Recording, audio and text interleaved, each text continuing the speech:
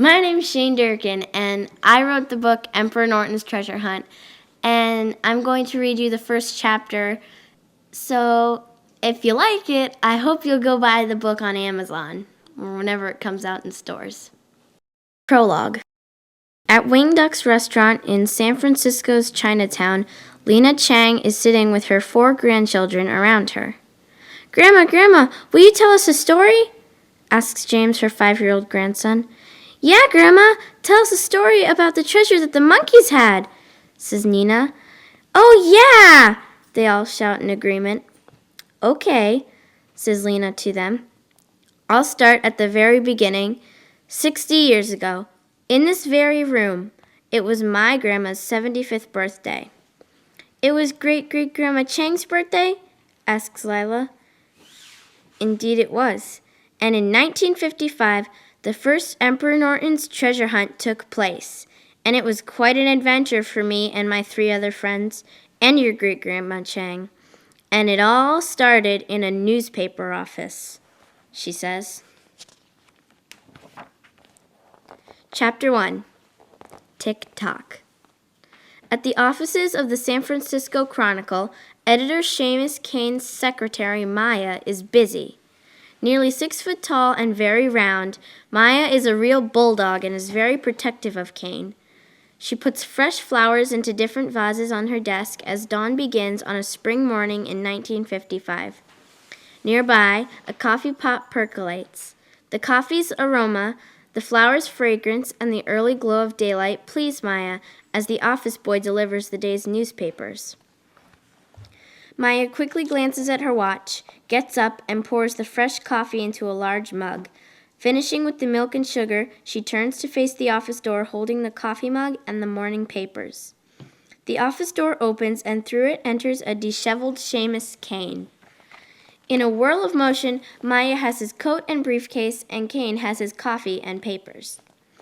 The unshaven, tired, and also grumpy Cain follows her into his office and drops down in the big chair behind his desk. Maya immediately launches into the morning's itinerary. 8 sharp, you are expected at City College as a panel member speaking to the graduating class on newspaper career opportunities. Rebecca will precede you. She smiles at his frowning. At 9:30, you will be taken to meet and greet the owners and players of the new San Francisco Giants.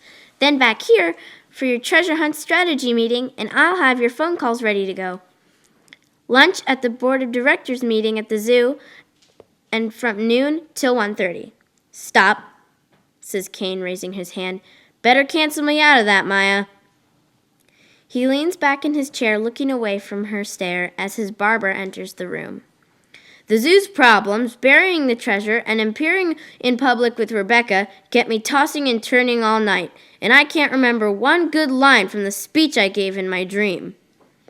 When problems keep us awake at night, it means that solutions are close by, says Maya. His barber comforts him with warm lather and a sharp razor. Seamus Cain smiles, closes his eyes, and drifts away. On the beach side of the great highway, 2 San Francisco mounted policemen are on patrol. Suddenly, a young woman runs toward them, yelling that the surf has taken 2 boys from the shoreline. They gallop to the scene, where people are in the shorebreak pointing to the drowning boys. The police sergeant Ernie Diaz rides his horse into the surf, and Bernie Ryan directs his horse to the left of Ernie to usher the people out of the way. Ernie has his horse neck-deep in the waves as he gets his rope to the boys, and they both hold on. Ernie quickly backs up towards Bernie, who now dismounts. Waist-deep in the water, Bernie talks the boys through rough water as he gets to them. The boys get steady on their feet and not wanting to let go of the rope as other folks come and help them onto the beach. They're scared and shaken out of their wits, yet the taller boy is holding what looks like a football under his free arm. People on the beach, strangers and friends, offer towels and try to comfort the boys and surround Ernie and Bernie with their horses to thank them. Ernie asks the taller boy to show him what he's got. Before the boy can explain anything, a seal pup yelps, and the boy puts the pup on a beach towel, and he tries not to cry while telling his story. We come down here all the time, so we were just scouting the area because the treasure hunt starts soon. Me and Mike here were up watching the birds." He gets choked up, and the smaller boy, Mike, continues. "We should have brought our fishing stuff, 'cause the birds were working and the stripers were on the anchovies, but we could see seals following. Then they were past us, and we came down here, and Petey saw the baby seal stuck in the shore break." Petey, the tall boy, jumps back in and says, "So we took off our shoes and pants and tried to scare the pup further. But when we got knocked down by a wave and couldn't touch the bottom, the pup swam to me."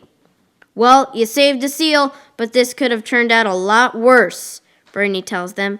"Listen to me, boys. You can fight a fire, but not a sneaker wave or undertow. If you ever get sucked out again, go with it and don't swim against it, and keep your cool. Eventually, it'll push you back down further along the beach." "We'll take the pup to the zoo if I can borrow that towel to carry it in," says Ernie.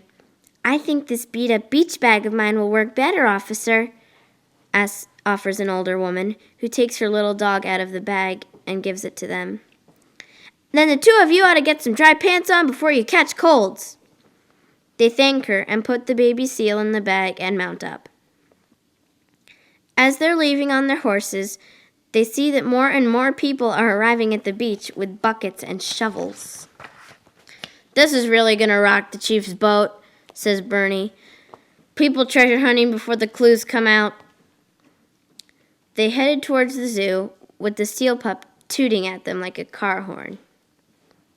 Over at San Francisco City College, the campus theater is packed.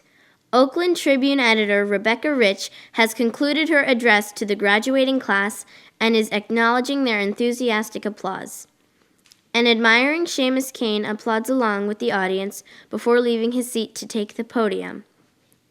Cain begins, "In the newspaper business, facts are facts. Miss Rich's inspired talk on the need for more women reporters is a fact." He nods to her, but she does not acknowledge him. "That we are here at this college, gathered in front of Diego Rivera's masterpiece," King continues, "is also a fact. But the truth is simply this. Make the most of the knowledge and skills that you have acquired here. Communication, whether through the spoken word, written word, or visual arts, is the tide that lifts all waters. Somewhere in your hearts, you will begin to feel the call. Listen to your heart and create your own opportunities. And in the words of Mark Twain, write what you know, then write it again and again. And when you're ready, send it over to my office at the Chronicle. I'll read it and have you come by my office for a chat." Still stung by Rebecca's snub, Cain collects his notes and returns to his seat. In the Mother's House office at the San Francisco Zoo, Pimpleton's secretary, Edith, shows Mr. Snow, one of the supervisors, into a meeting. Editor Seamus Cain follows behind them. In the large room, the workmen setting up the scaffolding under the wall murals are leaving for lunch. The zoo's board of directors fidget as the pompous snob zoo superintendent, Harley Pimpleton, who is unable to find his reading glasses, immediately begins speaking. "Snow, we're only days away from the fundraiser. I need to go over my list with you, dear boy." "It's a never-ending work in progress, Superintendent," Snow replies. "Did you find that aviary birdie boy a clean uniform that fits him?" Pimpleton asks. "Can't be wearing work clothes that are covered in bird waste, can we? And you'll have his hair cut so no birds are nesting there, right, my boy?" Snow bites his lip and looks away at the scaffolding under the murals, so there will be no discussion. "Oh, one more bit of bird business, lest I forget," adds Pimpleton. "That filthy-tongued macaw, the scarlet one that talks like a drunken sailor, has to be quarantined so he can't insult our fine ladies with the checkbooks. You're with me on this, right, Snow?" "The bird's in treatment, sir," replies the irritated Snow, still facing the neglected murals. "Brilliant, the bird is in treatment," mutters Seamus Cain while watching Snow. Pimpleton finally finds his glasses and picks up his notepad as he struggles on, trying to impress his captive audience. "And that fish one of yours that lets the seals take fish out of her mouth to entertain the people must be censored too," says Pimpleton. "Seals kissing her for a treat. Ha! That belongs on the Howdy Doody show, not here at the zoo, dear boy. And that brings up the matter of that ungrateful monkey on that wretched monkey island. Many of our guests will be provided with fruit and nuts to toss at the monkeys, and they don't want to have anything thrown back at them. Keep that troublemaker out of sight, and I do mean under lock and key."